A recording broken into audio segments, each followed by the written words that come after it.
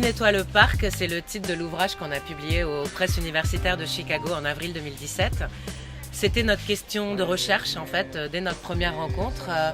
On a été mis en contact par une chercheure américaine qui connaissait nos travaux précédents et qui savait qu'on avait eu tous les deux la même démarche dans ces travaux-là. On avait regardé comme des travailleurs, des personnes qui n'étaient pas socialement reconnues comme telles. Donc John avait posé ce regard sur les allocataires de l'aide sociale aux États-Unis qui sont contraints de travailler pour continuer à toucher leurs allocations, c'est ce qu'on appelle le workfare. Et moi, j'avais regardé comme des travailleurs les bénévoles associatifs ou les volontaires associatifs qu'on a plus généralement tendance à regarder comme des citoyens engagés. Et donc, on s'est très vite rendu compte que dans les parcs de la ville de New York, dans ce petit service public municipal, on retrouverait les uns et les autres mis au travail à côté de personnes dont c'était le métier de nettoyer et d'entretenir les parcs. Des fonctionnaires municipaux notamment.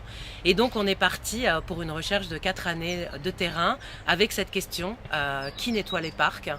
Et ce qu'on a mis en lumière, c'est la démultiplication de statuts de travailleurs dans ce petit service public municipal.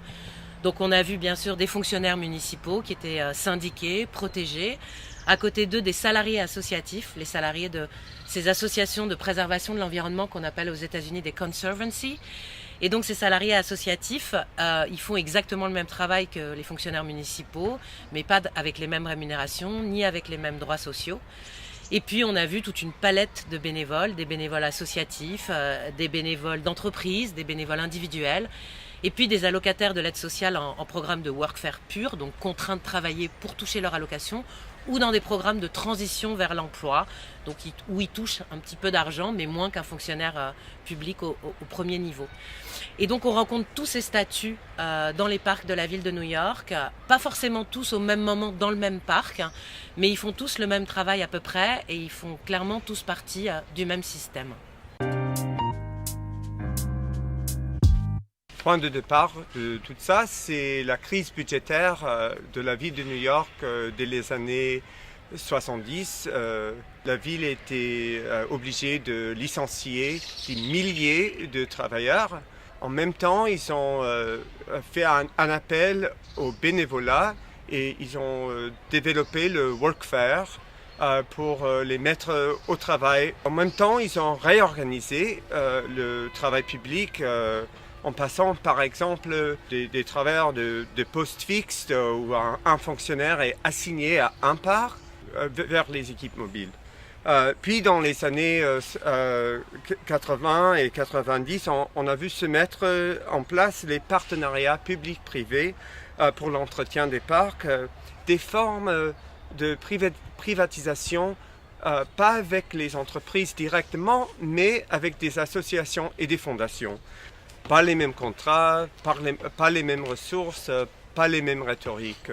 Un répertoire plutôt philanthropique à Central Park Conservancy avec ses voisins très riches autour du parc. Prospect Park Alliance, c'est plutôt un répertoire communautaire. Elle mobilise les associations et le bénévolat. Et un répertoire plus entrepreneurial pour le Bryant Park Corporation, parce que le nom c'est le Bryant Park Corporation, même si c'est une association. C'est aussi mis en place au début des années 90 un partenariat pour les parcs, le Partnership for Parks. Donc, l'objectif c'est d'initier, soutenir et développer le bénévolat dans les parcs et de fonder des petites associations pour gérer les parcs. Et le rêve, c'est que chaque parc ait son propre association des bénévoles qui les gèrent.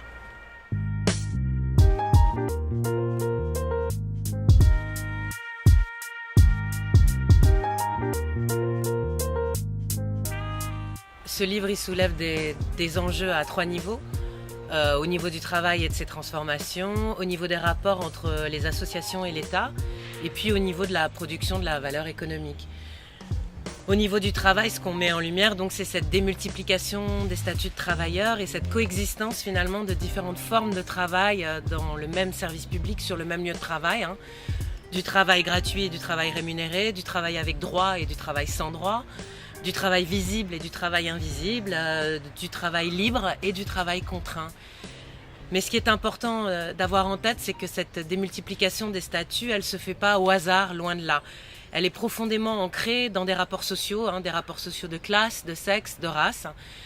Les allocataires de l'aide sociale et les bénévoles sont beaucoup plus fortement des femmes. Et les allocataires de l'aide sociale sont à 90% noirs et ou latinas. Les fonctionnaires municipaux et les salariés des conservancies sont à grande majorité des hommes. Donc on est pris sur le lieu de travail dans ces rapports sociaux. Et cette division des travailleurs par les statuts, c'est aussi une division des travailleurs par ces rapports sociaux. Et ça pose donc nécessairement la question de quelle communauté de travailleurs on peut construire sur cette division-là. Cette démultiplication de statuts est la conséquence des différentes politiques publiques qui sont mises en place après la crise budgétaire et plus récemment dans les années 90. Le développement du workfare, le soutien au bénévolat et les partenariats publics-privés avec les associations et les fondations. À aucun moment, la ville de New York perd la main sur la gestion des parcs. On n'est pas du tout face à un désengagement de l'État. Par contre, c'est un brouillage et dissolution des frontières entre l'État et les associations qu'Antonio Gramsci a appelé l'État intégral, un concept qu'on reprend et développe dans notre ouvrage. Alors le dernier enjeu, c'est autour de la production de la valeur. Il faut comprendre que tout ce système en fait qui repose sur l'engagement citoyen, les associations, la philanthropie, l'engagement pour la communauté, eh bien en fait il permet pas simplement à la ville de New York de faire des économies, ce qui pose déjà des questions en termes de substitution du travail et de l'emploi municipal, mais il permet aussi de produire de la valeur économique. Un parc qui est propre, un parc qui est bien entretenu, ça produit pas simplement du plaisir pour les citoyens autour, les habitants, ça produit pas simplement des loisirs, du bien-être, de la santé, ça produit aussi de la valeur pour les propriétaires des logements autour du parc, pour les commerçants autour du parc et parfois même à l'intérieur du parc. Donc on a une valeur économique qui est produite, qui bénéficie aussi à la ville de New York, puisqu'à travers cette valeur-là, il y a des recettes fiscales qui sont générées et qui donc sont appropriées par la ville de New York. Donc on a une production de valeur économique publique et privée qui repose en grande partie sur du travail gratuit ou du travail à tout le moins précarisé.